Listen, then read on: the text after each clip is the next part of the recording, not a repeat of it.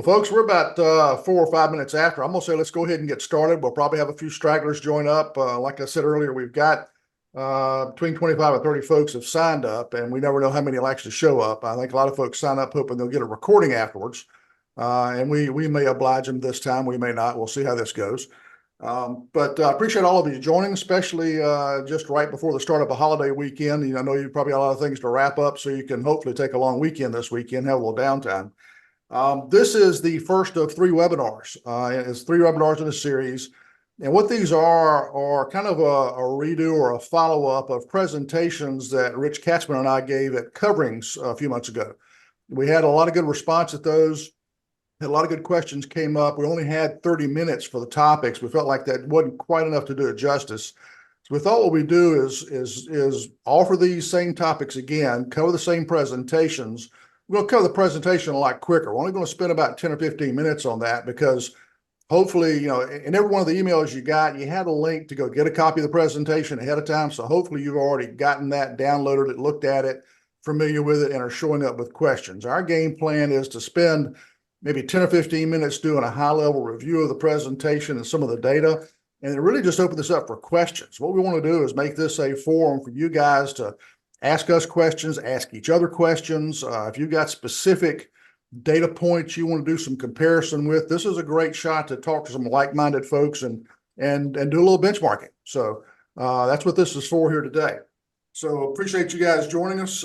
Most of you know me, Ed Young, Fabricator's coach. I've run a countertop shop in the past. I've owned my own brick and mortar business. I run manufacturing plants in multiple industries, so a long history in manufacturing. Been coaching in this industry. My first client was in '01, so I've been at it for that long. In case you don't know him, I'm going to let Rich introduce himself. Sure. Thanks, Ed. Yep. So I'm Rich Katzmann. I currently, last 3 years, have been running the Rockheads group. For those of you that don't know much about the Rockheads, we're over 100. It's about 118 countertop shops, fabricators, all in our view doing things the right way, the best of the best. So they're automated, they're wet, they're in compliance with OSHA, they're hungry for data, benchmarking, they compare best practices with each other. And we have webinars every other Thursday and get together for live events. So if you're interested in the Rockheads, give me a call and we can certainly have a conversation about it. Prior to that, I ran Laser Products for 5 years. So that was really my introduction into the industry. In between, I did some commercial installs for people, but about 10 years in the industry. And what I love about benchmarking is my very first job out of business school was working for Arthur Andersen. And the first 3 years of my life, all I did was benchmarking. So I'm coming full circle back to the mid 90s on this conversation here, which I've always loved data and numbers. And so this is fun for me. Good. And we're really privileged to have Rich with us. And I don't say that to make his head any bigger than it already is. But he, when you look at all the industry groups out there are a lot of good ones. And when I work with clients, if they haven't joined any groups, I'm always recommending they do that because I think that it's a really good opportunity to meet other shop owners and learn from each other. And I think that's where there's a lot of opportunity in this industry. But Rockheads is the only one I know of that really does a sound job of benchmarking on a consistent basis. Some other organizations have tried it in the past, but Rockheads is really the premier group for that. And I think there's a lot of benefit in it, as we'll talk about today. So really glad to have you, Rich. We really appreciate it. Our agenda today is we are going to stop at the top of the hour. But as I usually do for those of you who've attended these in the past, I usually leave the meeting open for another 20 minutes or so in case somebody has a kind of somewhat private question or you didn't get a chance to ask your question earlier or whatever. So we'll keep it open for a little while afterwards, but we will formally end at the top of the hour. So you can count on that because I know you've got other plans. All right, Chase. My name is Chase Busenbark.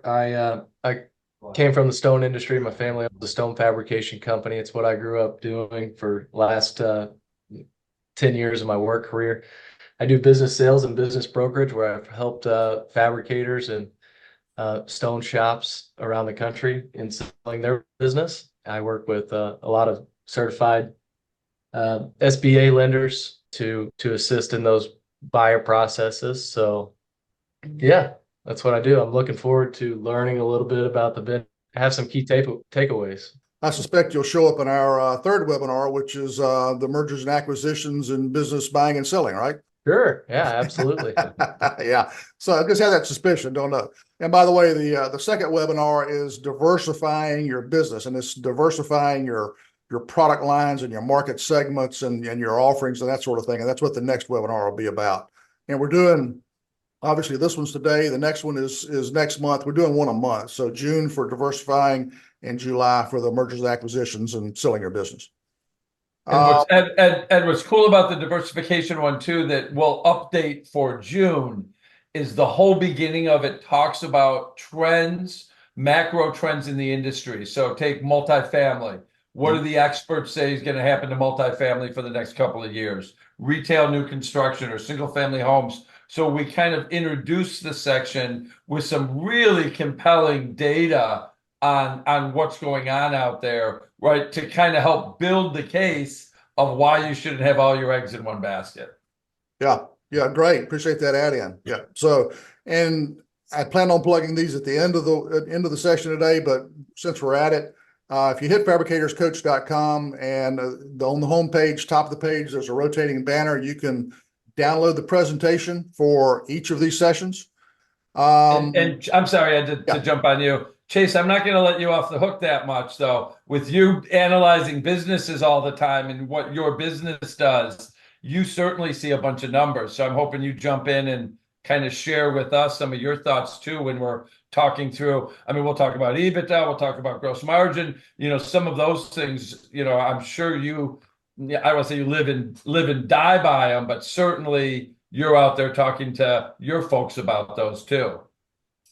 Certainly, Rich. Yeah, and if you have any of those, questions during that time frame, I feel more than free to ask me, and I'll give you any information that I would have or have seen.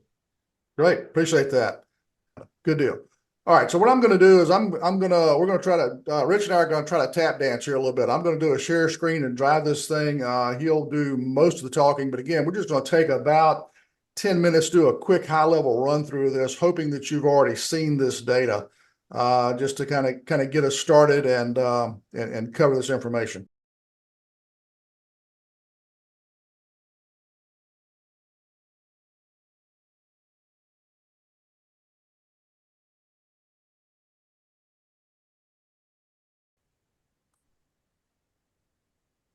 Beautiful.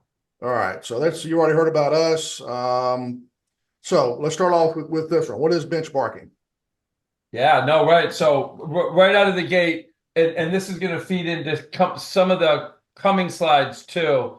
Benchmarking only works if you act on it, right? So, I mean, it is a tool to get a report with 30 numbers on it and to look at them and to do nothing is not going to help the business at all, right? So what we really preach and emphasize is what do you do after it, right? You get your numbers, you see, hey, I'm high in this area, or why am I doing this? And it's really the action plan behind the benchmarking that adds all the value to it.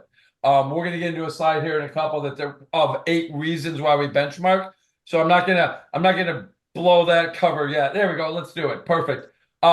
And some of these are obvious, and some of them aren't obvious. I mean, one of the things again that we like to talk a lot about is your employees want data. They want to be held to, not subjective criteria, but they want objective numbers for them to be able to hit, right? It holds them accountable. They want to be held accountable, right? And it really drives the train in one direction. So the numbers aren't, they're great for your business, for you to look at, to, say your material costs are high, to go beat the crap out of your suppliers, but they're also really important within your business and getting the train moving in the right direction. Yeah, and then digging into the common theme, of course, in all of these 8 is data, data, data, data. It's numbers. I find that shop owners have got really good intuition based on your years of experience in the industry. When you can start putting numbers on that and start quantifying that intuition, it really clarifies what's working well for you and what isn't, and to what degree it is or isn't working well for you. Yeah. So I think that's a key aspect here. And one of my favorite stories is I went to a large shop large $20 million shop up out of Michigan, Detroit, and all they did, so number 5 here says numbers create competition, right? All the shop did was they bought a flat screen TV. I think they had 5 install crews, maybe a few more. And all they did on that TV was put how many square feet per day for the week the crews were doing. Didn't say anything, didn't offer any bonuses, did nothing more but expose what everybody was doing. And it immediately caused, nobody wanted to be last, and then everybody wanted to be first. So immediately the productivity of all of their crews went up just by exposing those numbers. Yep. Shine a light on the data, and it's amazing what can happen. Certainly. Yeah. And another good, probably a similar aspect of that, any of you who get the electronic version of Stone World magazine, great article this month. Eric Tryon talks about some things he did in his shop before he sold it to help drive down material cost. And it was making data visible, challenging people, and then doing just a really simple reward system that wasn't complex and wasn't huge dollars, but it had big effects. So again, the data drives a lot of behavior, and then making that data visible. And Ed, Eric's new shop is a Rockhead member, and their profitability, their earnings, EBITDA, was the 2nd or 3rd highest in our group. It was right around 30% profit. So Eric's new shop, he's back in the business, huh? He's back in the business, just as an owner. He's not going. Okay. He likes to fish too much, but he's Yeah. definitely involved with the business. Yeah, I knew fishing was in his blood. We've talked about being on the water quite a bit together, but so yeah, I didn't realize he's back in it. That's interesting. Yeah, yep, Alpharetta. So we're just gonna quickly, again, you guys have all this data, so I'd rather spend a little bit more time talking about a couple of specific numbers and why they're important than just kind of reading through the slides. But at the Rockheads, again, we collected 68 financial statements, operational statements. So if you think about your profit and loss statement, your balance sheet, some salary data, some operational data, this is what we collect from our shops to produce our benchmarking data. So it's quite a bit of data. You can see, from a Rockheads perspective, how big the shops are that participated, where they're making their money. So this just kind of gives you a good idea of how we do it. Everybody can do it differently. Everything's anonymous, so nobody's seeing other shops' data except for me. And that allows me, as I mentioned earlier, say your fab cost per square foot are $22 a foot, and the Rockheads average is $17 a foot, and the best in class is $12 a foot.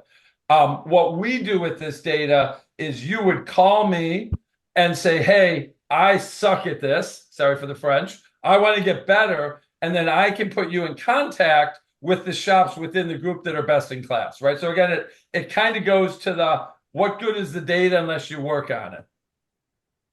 Absolutely. So and talking about pricing and costs. Yeah. So the first thing we always start with is, what are you charging your customers, right? And so that is the first question, right? Across our group, just under $80 a foot is what customers are paying per square foot. This doesn't include sink cutouts and all of the extras. This is just for the install of the material, right? And you can see from this what the different breakdowns are, right? How much more expensive retail is versus production builders. So when we get into some of our other conversations about, hey, do I get into production builders? Well, you better be ready for $60 a foot instead of $100 a foot, right? And so this really helps you and other shops kind of gauge. Now, within the Rockheads, we then break this down into geographic areas, right? So if you're in the Denver area, we got a handful of shops in Denver. You can see how your pricing is relative to the 5 shops in Colorado. So it really starts helping you set your prices. And that's it. Determine what sectors you may want to increase. I didn't even need that little cheat sheet down there, Ed. You got this one down pat, Rich. Yep. So any thoughts or questions before we move on from kind of the the cost side, or I'm sorry, the pricing side of things? Can I ask you a question? Is most of your pricing done per square feet? Because we kind of got out of that when we first started. We didn't get into the square foot price. We went right into job pricing, and kind of went off some of Aaron Crowley's stuff with the daily dollar demand, and that's how we're pricing ours, which we really like that part. I love, and I know Ed does too, T dollars and throughput dollars. Yeah. I mean, I wish every shop in the country used that, because our most profitable shops in the Rockheads certainly use that. Don, within our group, because the shops tend to be bigger, a lot of them will have square foot pricing for stocked materials, right? So maybe they've got 10, in stock, low pricing, great utilization, remnant tracking, all of that good stuff, and they'll charge square foot for that. And then everything else, special order, special projects, and that, similar to your business, is based on throughput dollars and what they want to get out of the job. Okay. It also brings up an interesting point too. If you stop and think about it, and Don, I'm definitely right there with you with how you're building your prices for your jobs. When you start looking at benchmarking, you kind of have to find a common measurement, a common denominator. And so while you may have a lot of Rockheads members that this data is coming from, I know this kind of sounds like a Rockheads commercial. It's not meant to be, but that's where the data is coming from. So that's our reference point. Then even though a lot of them may price their jobs the same way you do, they may bill their job costs that way, you still have to have a common metric, inches, yards, meters, millimeters, whatever to measure in. And so dollars per square foot is kind of a good default for comparison reasons. Okay. You can take any job you've sold, obviously, and take your sales price and figure out what market segment you're in and do the division by the square footage. You come up with the same number. Doesn't mean you built your price that way. Okay. And Don, we've got on the next slide actually a Rockheads average T dollars or throughput dollars. So good. Yeah. I had a question also just on that pricing that the last slide. Mhm. For those other fabrication shops, that's their price including materials. That's like out the door kind of average price. That's you said it's not including maybe some extras like sinks or whatever, backsplashes maybe, or something like that, but that does have material included in it. Yes, sir. That's all in. Okay. Yeah, that's everything. Yeah. And that's installed price? Yeah. Where are you at, do you think, Don? Are you above or below 80? Denver's such an expensive area. I would imagine you're above it. We're well above that. Yeah. Are you in the hundreds, you think, as an average? I bet we're at probably about 110. That's awesome. 115. Yeah. Good for you. That's great. And again, one of the reasons I have that first slide is again, the Rockheads are a pretty diverse group. A lot of them do big box work, right? Which tends to drag down. I mean, you can see $64 a foot tends to drag down the average pricing too. But yeah, a $110 is phenomenal. You would be near best. You'd be top 10% in our group. Well, most of our stuff is just retail also. It's like we seldom get into a lot of the no big builder programs at all. A few contractors, but most of it's just retail. So I like that. You didn't go down to Denver when there were 22 cranes up? No, we're not. No, we like Boulder, where there's the high-end customs. Sure. Do you guys go up to the mountains since you're north already? Yes, we do some of that up in Estes Park and stuff like that. Sorry, Ed, I'm getting off track. No, that's good. That's good. I think that the whole point of this is folks to ask questions and learn. So anything that's helping folks out, I think it's great. All right, let's talk cost of goods sold. So this is always an interesting one, right? For years, materials have kind of bounced around a little bit as far as what percent of your total revenue is being spent on materials.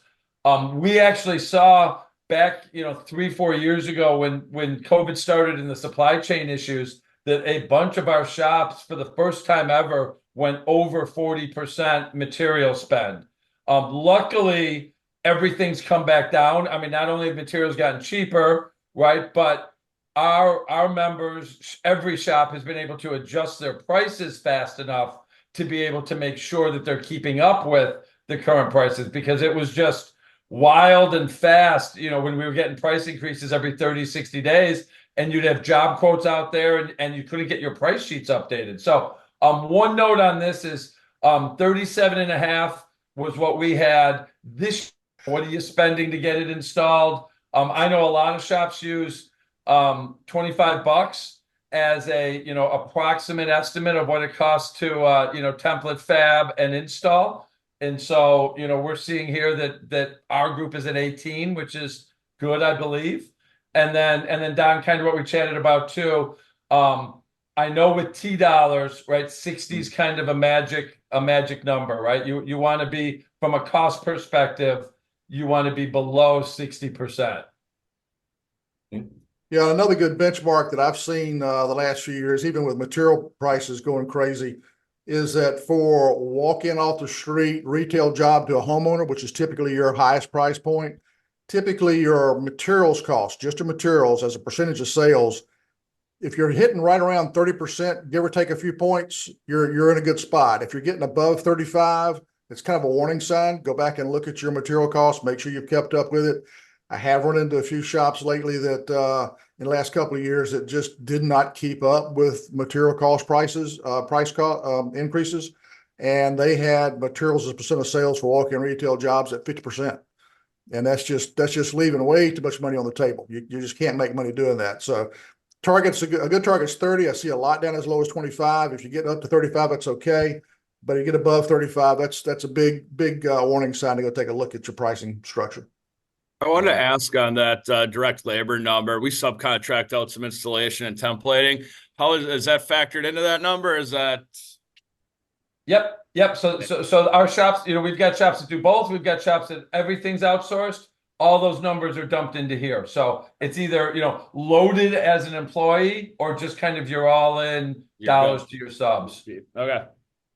Yep. One other interesting thing too, since we're talking materials for a little bit, Ed, there are amazing opportunities with your suppliers depending on the time of the year that it is.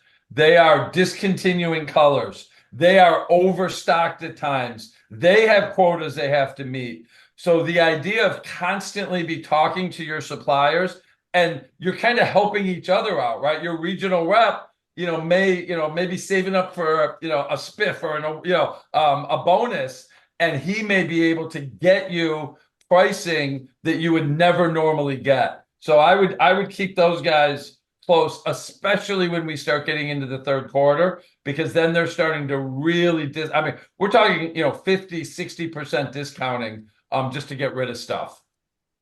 That's another great example of the benefit of joining these industry groups and attending them, because just because you're a member, you may not hear this. If you don't show up at the regional meetings, show up at the national meetings, you're not going to get a lot of this information.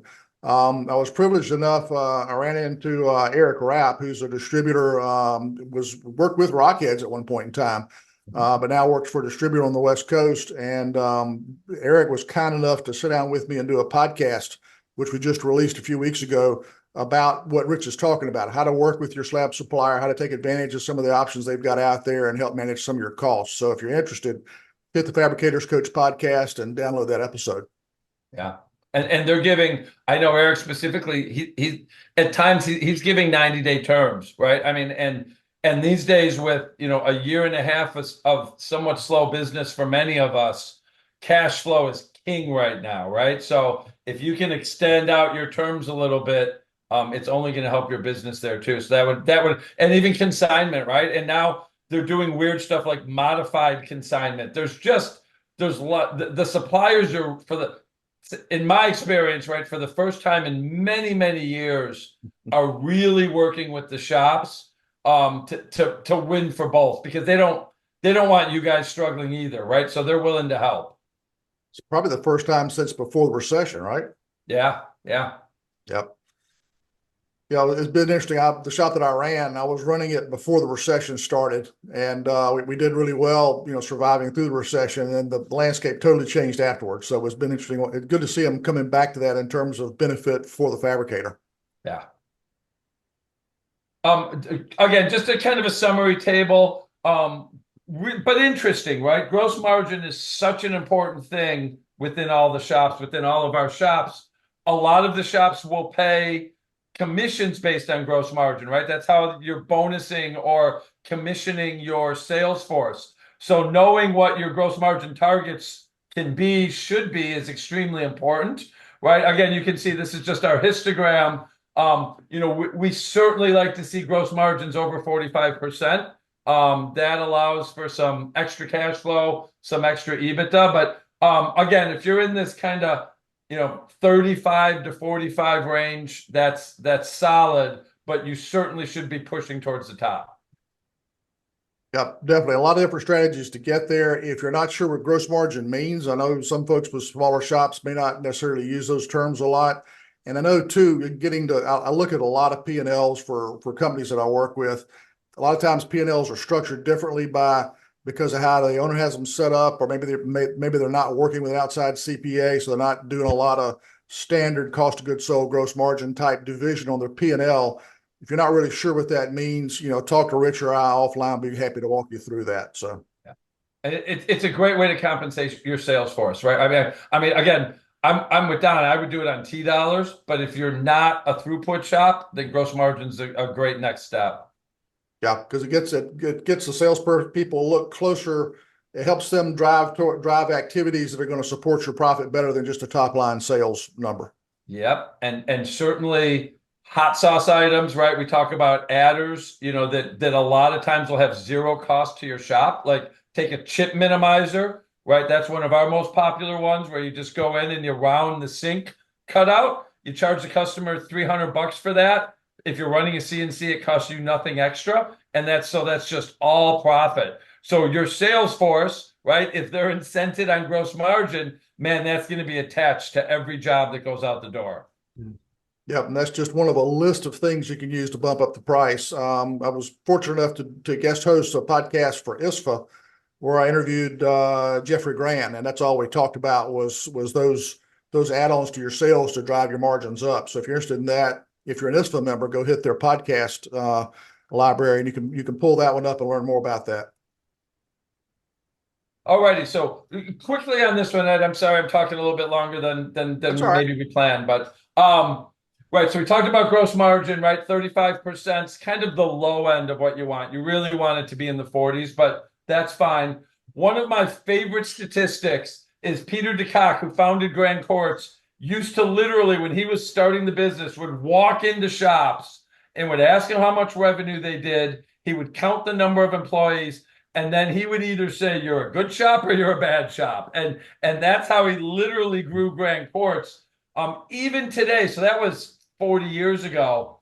Even today, it still holds to be a really good metric. So, and Adam, again, a little confusing with if you're subbing people out, but you can estimate on that side. It's such an easy number to calculate. Take your revenue, take how many employees you have, and divide it. If you're at 160, 150, you're probably overstaffed. If you're at 250, man, you're humming and just rolling right along. I can tell you that average Rockhead, I think we were at 202, but which means we had plenty of shops that were overstaffed.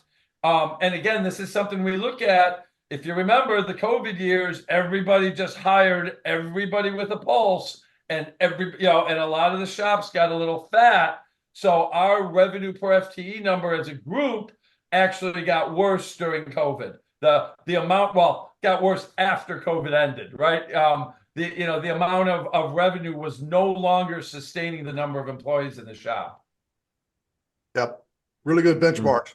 Yeah. And then quickly on EBITDA, and that's really going to be focused on in the M&A, right? Because EBITDA basically is just how much profit your business is generating, and the ITDA is just getting rid of some of the noise within that number. So basically, it's my shop makes us this much money, and it's what other shops will look at if they're interested in buying your shop. If you guys are in acquisition mode and you're looking at buying another shop, it's a number you're going to focus on. But one of the challenges of our industry, and it's too bad, but it is what it is, right? Is our average throughout the industry, as it says here, is about 5% EBITDA.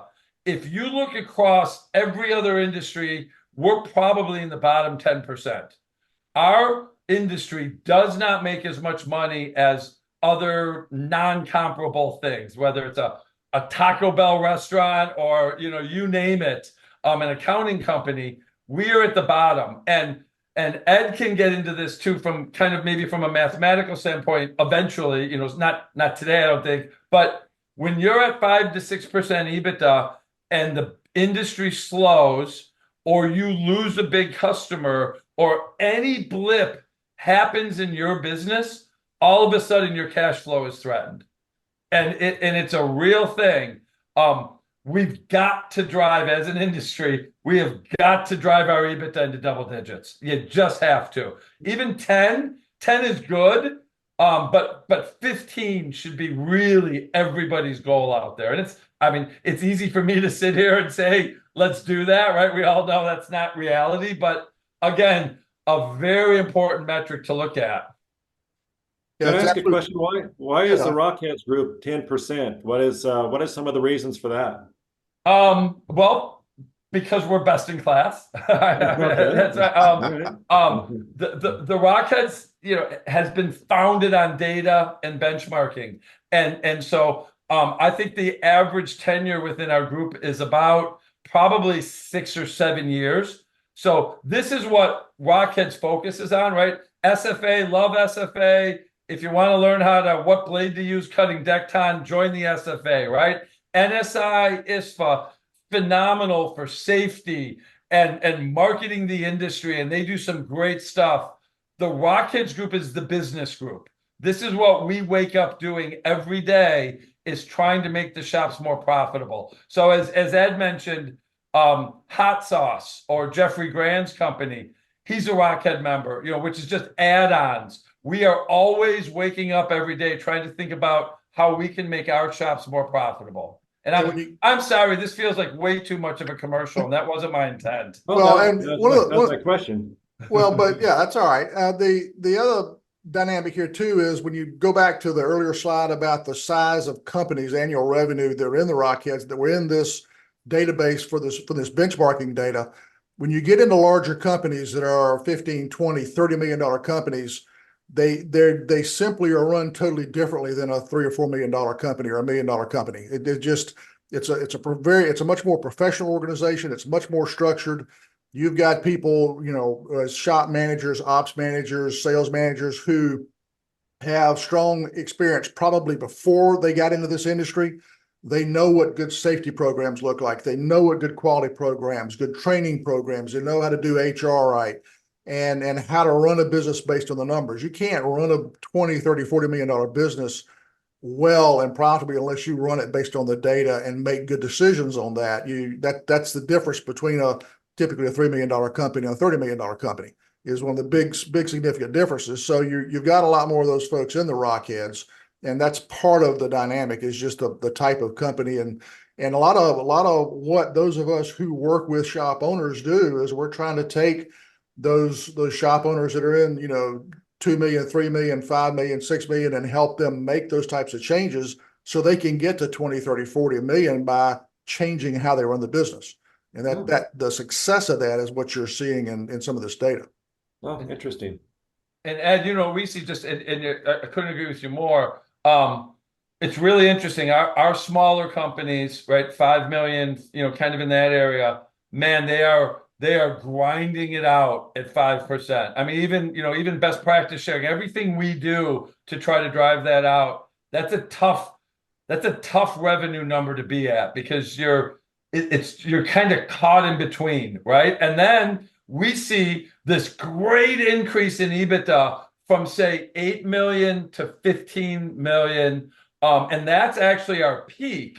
What happens when you get over 20, 25, 30, to continue to be that big, now you are with the Pulte's and the DR Hortons and the Home Depots, and those businesses all push down your profit, right? So we start to see kind of a curve and a flip. Now you're making more money because 13% of 30 million is more than 17% of 15 million, but your percent EBITDA starts to kind of backtrack a little bit after you get so big. Yep. So interesting dynamics when you look across the industry there. We'll get deeper into EBITDA and how to drive that and what that means, how you calculate, not necessarily how you calculate it, but what you do with that in the mergers and acquisitions session in July. So if you're interested in that, that's what we'll run into. And just real quick, Chase, with your work helping folks buy and sell fab shops, these EBITDA averages pretty much the type, they mirror what you see in your experience? Yes, they are. I would say that that's a pretty good standpoint. I've seen upwards of 20% multiple times on the healthier businesses. I would say that the averages are closer to that 10% range. And I think it's very important that if you're at 5 6%, you need to increase those before thinking about selling your business. Because whenever buyers go to view those, one, if they're not from the industry, if they don't have the background, which more, I would say 90 out of 100 inquiries that I table and have conversations with that are purchasing stone fabrication companies aren't from the industry. So they're viewing it as there's too much risk involved. And whenever it comes to purchasing a business, it's really highly sought after on that risk factor. Yeah, and that's certainly true. So we'll get into that a lot deeper in July. You can see from our intent was 15 minutes to review the presentation, and not that I'm not knocking Rich at all. I did a great job summarizing. You even do it much quicker than we did at coverings, but there's so much information in here. It's tough to do a high level quick overview without having a lot of questions. And we've still got some time left. So anybody, we've triggered some questions. We've answered some of those as we've gone along. Any other questions that have popped up that you guys would like to know, maybe about some specific benchmarks, some metrics in your business you'd like to see if they fit some of the averages? One of the good things is Rich has at his fingertips right now all of the other data that's not on these screens. So if you got something specific you want to ask about, there may be something he can share with you. I know you got some burning questions, man. You and I've talked in the past. You got a bunch of questions. What's on your mind? Yeah, I mean, for me, it's more like a starting point. I think it's an interesting circumstance we find ourselves in. I'm listening to these, explanation, especially the one about the founder of Grand Quartz and his quick evaluation. You walk into a shop, and if I run those numbers on my shop, I'm like, man, he'd tell me to close my doors, I think.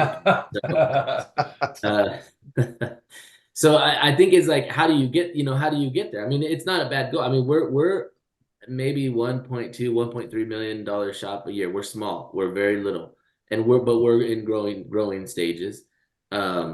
So where do we start with that? Like what do we look at first, and what do we tackle first? We have a good system in place right now, but it can always be refined. So I think when it comes to this financial side of things, like, okay, what do I look at first to tell me what my first step is to start making adjustments in what we do? Yeah, the numbers can help you with some of that. I'm sorry, go ahead, Rich. Oh, I was just going to ask Courtney, you may have mentioned it before. What segments are you in? Who are you selling to get your 1.2? So we were like almost everything retail and like working for general contractors. And the general contractor we work for, like, small custom remodel contractors. And because we couldn't take on anymore, we had a bridge saw and a couple of pro edges, and I just like that was keeping us busy. And so now when we upgraded to CNC, that wasn't even near enough work to keep the CNC busy, So now we're like, okay, now I chase after stuff. For the last year or so, I've been working on trying to change, have different segments, right? And so I actually picked up an account with Home Depot. We're servicing like 12 Home Depots. I negotiated good pricing with Home Depot, probably much better than most do. But we're kind of in a weird spot in California where there's not a lot of fabricators, and Home Depot it doesn't really have anyone local to cover this area. And so they were bringing guys from 4 or 5 hours away to cover our area, and they were looking for someone local. So it kind of worked out good, and I had a little bit of a leg up. So I was able to get, higher price per square foot out of them. So that was good. And then I just picked up two small track homes. They're local builders that are the developers that are building tracks, and they're having, phases. And so I picked up two of those recently. So now I'm starting to diversify those segments. So we have retail, we have contractors, we have some tracks, and now we have and Home Depot. So that's kind of where we're at today, but we're barely on the beginning of that. I mean, I'm barely getting started into most of this months, barely months into it. That's awesome. You're right. There's two ways to get on the correct side of that formula. There's cut people or there's grow. And it looks like you are set up to grow, right? So I think that's great. Just got to hunker down a little bit, for a little bit. And again, I can't, again, not a selling thing. Hot sauce, right? If you're doing $1 million in retail and walk-in business, those customers want to be upsold, right? You go to Amazon, you buy a TV, and all of a sudden you've got, hey, you want to buy this TV stand? Do you want to buy this warranty? Do you want to buy this stuff, right? Customers expect to be upsold, and there's so many profitable, good ways to get, right? Nobody wants to make $500 on a job, right? You want to make $3K on a job, $2,500 on a job. And there's lots of good opportunities to do that. So I love the direction you're going. I can, just as a side note, we've done kind of an extensive analysis again at the Rockheads. I don't want to say it again. Because we have a lot of big box guys. We black tops. I mean, I know the California landscape pretty well as far as Depot goes. All of our analysis says you've got to have 20 shops to be profitable. And Depot likes to give you 8. Right, you got 12, so you're ahead of the curve there. But what we tell all of the shops that are just starting to get into it is beg, plead, and steal to get 20, because that now you can afford your systems, the extra processes, the procedures you're going to need to do. 20 just seems to be a magic number for some reason. Okay. Thank you for that. Wow, that's great information. If you're not a member of ISFA, I just happen to think about that, that upselling podcast is also on the Fabricators Coach website under the podcast tab. I just happen to think about that. And so you can pick it up there. Another thing you can do, we talked a little bit about throughput, and we're not going to get into a deep discussion of it here, but one of the things you can do is when you figure the throughput on each job, and especially for a shop your size, Courtney, one of the things that's really interesting to do is take each of these different industry segments, Home Depot, production builder, custom home builder, retail, those kind of things. Take 3 or 4 jobs out of each segment, look at the sales price, figure your throughput dollars on each job, and then do a little kind of mental exercise. That is, take that job and say, okay, if I had 30 of these to do, and that's the only thing I had to do for the next month, what's my average output that I could fab and install these jobs every day? And if you know what your operating expense is, that's the cost to run your business every day, that daily cash burn rate, you start comparing all these different job types and these different market segments and even kitchen configurations and material types. And you do this analysis, you'll see a big spread in how fast each of those generates cash for you. And once you know that, then you can say, all right, where is my opportunity in my local market to go get more of this kind of work that generates cash for me really fast? When I do this with shop owners, find a shop that burns cash at $5,000 a day, and we do this analysis and find out that they're taking on work that if this is all they did, it would only generate $3,000 or $4,000 a day in throughput for them. And if you're generating less cash than you're burning each day, you're going to lose money, right? And sometimes when you're trying to fill a shop because you got new capacity, you may need to take a little bit of that work, but knowing that there's a difference. And then when that customer comes and pushes you on price, you know you got to hold your line. But you find other work that if that's all I did, I'm generating $15,000 in throughput a day against a $5,000 cash burn rate, and the guy starts pushing me on price, I got a little more leverage room there. Mm-hmm. So things like that help a lot. And I think, Courtney, in your case, the short answer is you've got new capacity. You've made the right decisions going to a digital shop. The real key right now is get that capacity full. And when you get that capacity full, then look at the systems it's going to take to help you manage that well. Those will make the biggest difference in profitability and helping you grow. Yeah, thank you for that. Yeah, it's good information. Ed, you mentioned cash. Can I bring up one other quick thing on that? Sure. There's an initiative we started about 4 years ago that is probably my favorite. How much, Courtney, you're a Home Depot guy. How much does Home Depot collect up front when they sell a countertop? I have no clue. 100%. Really? 100%. Yep. Okay. I didn't know There that. is no reason that with your retail customers, you shouldn't be getting at least 75% upfront and 25% when you cut it. Okay. We've got over 80% of the Rockheads are at least at that number. A third of our group, just under a third of our group, are 100% upon signing the contract. And think about what that does. Now your installers don't have to collect. You don't have to try to get that money, right? You install it. Mrs. Jones is like, yeah, I don't know if I love this seam. You got everything up front, and the customer expects it, right? That's what Depot, Costco, Lowe's, all of them, 100% up front. And if you do some math, you will see an amazing change to your cash flow.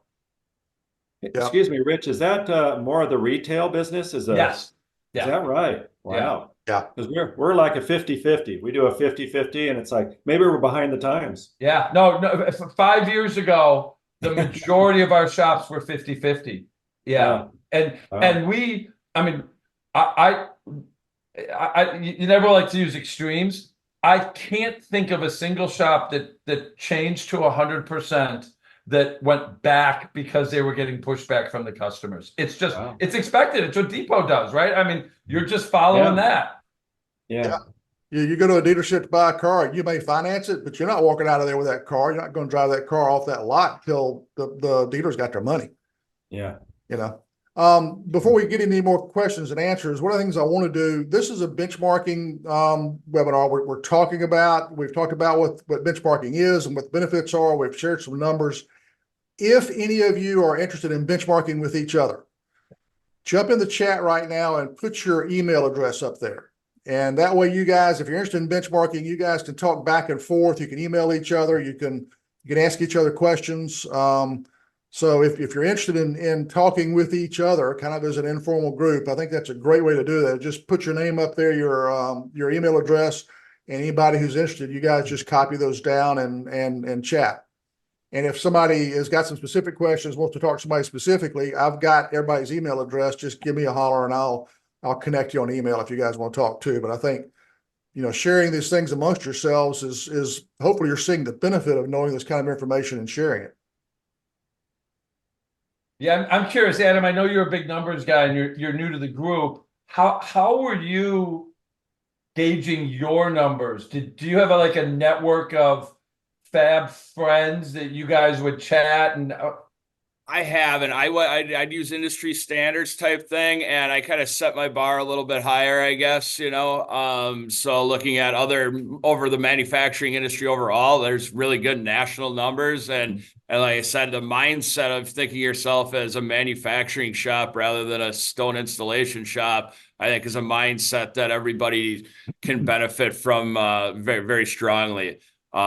We're a manufacturing shop. That is what we do. Our product happens to be this, but if I had to flip it to something else, we'd flip it to something else. Think of yourself as a manufacturer, not as a granite guy. So, I think there's great data of manufacturing nationwide. So, that's kind of where I pulled a lot of my staples from previously. But another reason why I also joined the Rockheads group is because that's all the data that I was using in the past was kind of national data, government agency stuff. But I'm sure Chase would say, you're competing against M&A, you're competing against all the manufacturers. So, if that's your exit strategy, or, a lot of people, you don't get to plan your exit in most instances. So let's make the company as valuable as possible all the time. Right. So. You're definitely looking at your business as a vehicle rather than as a lifestyle. That's refreshing to hear. I think that's probably another commonality in most of your members too, Rich, is that's a mindset that you guys look for, because prospective members, they apply to join. It's not write a check and you're automatically a member. You guys have to approve them coming in, right? Right. And I would say, I haven't looked at it in a couple of years, but more than half of our owners come from outside the industry. So Adam was smart enough to kind of do that, building his business. Most of our members come in, kind of already with that mindset because they haven't been in the industry. So it's a completely different, again, not to bring up Jeffrey Grand's name again, but Jeffrey will say, right, I am a sales and marketing guy who sells countertops, and he will go to his grave saying that. It's Like we can't survive as being artisans anymore, right? We've got to be businessmen. And like Adam said, you got to drive value into your business. Yeah, what's cool about my background is primarily manufacturing. I've done this for decades in manufacturing in general and in hundreds of shops. And I like Adam's perspective a lot. When you start looking at a whole aspect of throughput and operating expense, it really ties into the whole value added aspect of what manufacturing does. Takes a raw material, converts it into a finished product that you sell. Just happens to be countertops in this instance. So yeah, I like that. That's a great perspective, Adam. We are at the top of the hour. We're just a minute or two past it. I know some of you have got other things you've got to go do, but we'll hold this open for another 20 minutes or so. Anybody got any additional questions? You just want to chat? We'll hang out. Again, want to thank all of you for joining us. Appreciate you being here.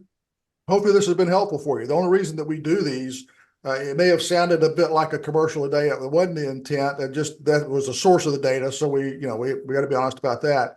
But the whole idea here is to help you find new ideas, different ways to look at your business, run your business better. My philosophy is, and it's not unique to me, but if you don't, your business is running exactly the way you've designed it to run. And if you're not happy with how it's running, you got to change how you've got it set up. And that's why we do these webinars, is just to share information to help you out. And so, folks, I appreciate you being here, and I hope you have an awesome Memorial Day weekend.